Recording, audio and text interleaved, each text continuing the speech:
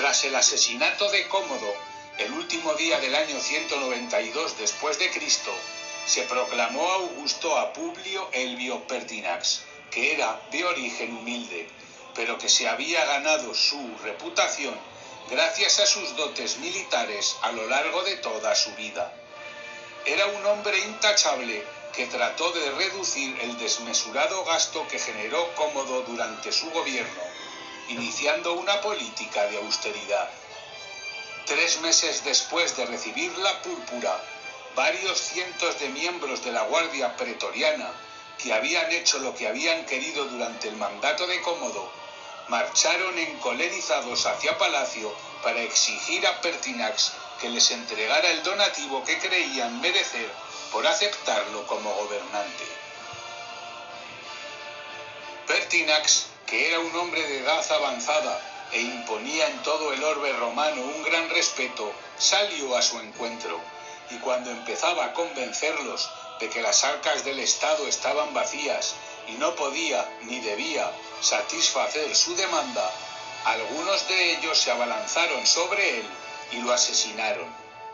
Los pretorianos entonces se atrincheraron en el campamento y ante un pueblo y un senado aterrados ofrecieron el imperio al mejor postor, haciéndose con la púrpura Didio Juliano. Esta indignidad provocó el levantamiento de 3 gobernadores provinciales: Albino en la Galia, Níger en Siria y Severo en Panonia. Este último contaba con las legiones de los Balcanes, las tropas de élite del Imperio Romano, y se dirigió con rapidez hacia Roma, no sin antes alcanzar un acuerdo con Albino. Le dijo que él ya estaba cerca de la cincuentena y que sus hijos eran muy jóvenes, por lo que le ofreció, tras que sus legiones lo proclamaran Augusto, el título de César, y que si la edad o los enemigos de Roma se cebaban con su vida, él heredaría el imperio. Albino le creyó y se firmó el acuerdo en la primavera del año 193. Con esta maniobra, el hábil y manipulador Severo protegió sus espaldas, evitando que al dirigirse al oriente, Albino tuviera la tentación de marchar sobre la capital y tomarla. El ejército de Severo era tan temible que cuando llegó a Roma, los pretorianos ya habían matado a Didio Juliano, y Severo los exhortó a que salieran a recibirlo con sus trajes de gala, desposeídos de armas, a las afueras de la ciudad, para que pudiera pasarles revista. Una vez sucedió esto, los rodeó con su ejército. Les recriminó la inmoral y vergonzosa actitud que habían tenido y los licenció a todos, prohibiéndoles acercarse a 100 millas de Roma, no sin antes ejecutar a los cabecillas que habían participado en el magnicidio de Pertinax.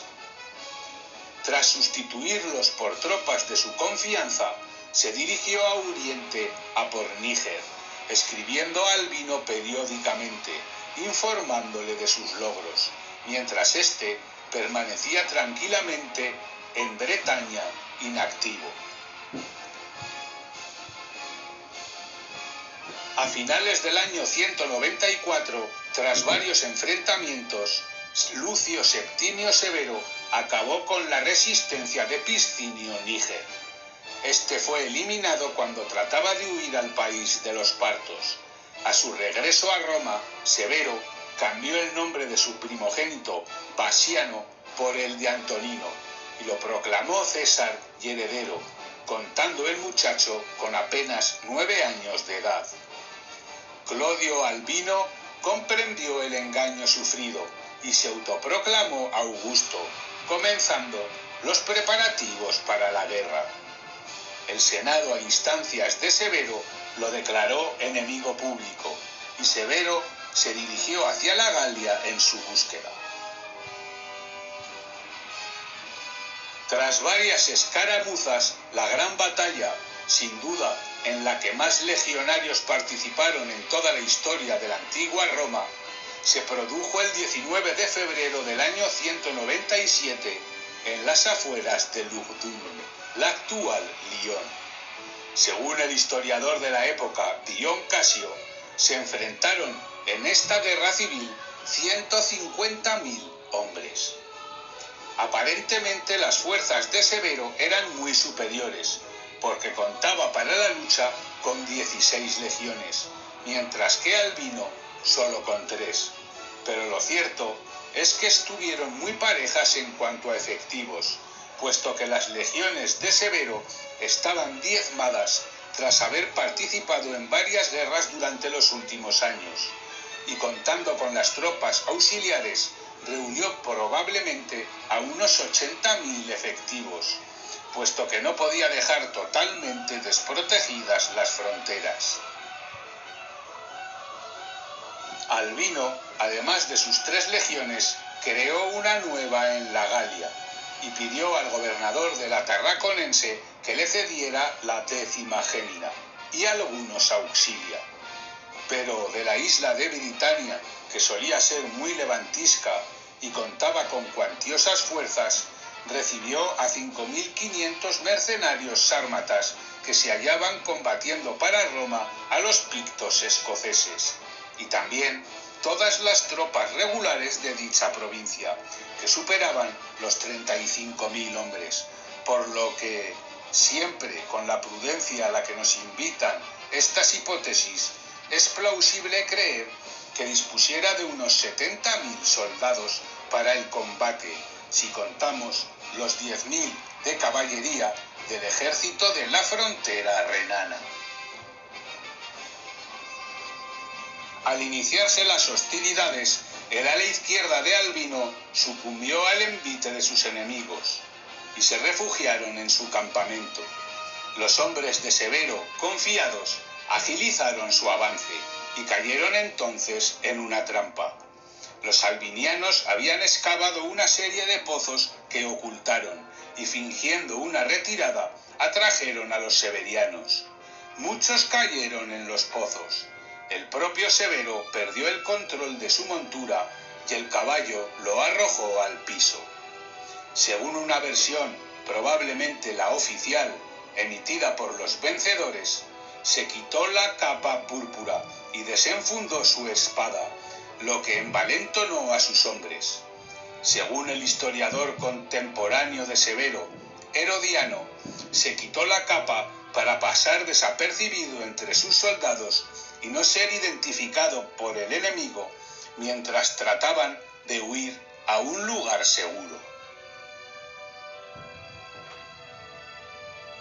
Cuando las tropas britanas que los perseguían se veían vencedoras, apareció en escena el general Leto con su caballería y derrotó a los hombres de Albino. Muchos creyeron que Leto estuvo esperando impasible a ver si ambos Augustos perecían y él asumía el mando del Estado, pero lo más probable es que acordase desde una posición oculta entrar en combate cuando la situación lo requiriera, y un ejército perseguidor y motivado como el albiniano, pero desordenado y desubicado, fue presa fácil para la caballería de Leto. Albino trató de suicidarse en una vivienda de Lugdunum, pero parece que fue apresado y enviado a Severo aún con vida, y éste mandó decapitarlo. Su cadáver fue colocado un tiempo en la entrada de su casa y luego arrojado al Ródano. Su cabeza fue enviada a Roma para atemorizar a los senadores que se habían posicionado del lado de Albino. Lugdunum fue destruida e incendiada, y los notables provinciales que de alguna manera habían colaborado con el enemigo público fueron perseguidos sin piedad. Tras su regreso a Roma, el Senado fue diezmado y muchos fueron ejecutados simplemente por sospechas, siendo expropiados sus bienes, lo que permitió a Severo hacerse cargo de las soldadas de las legiones implicadas en la contienda.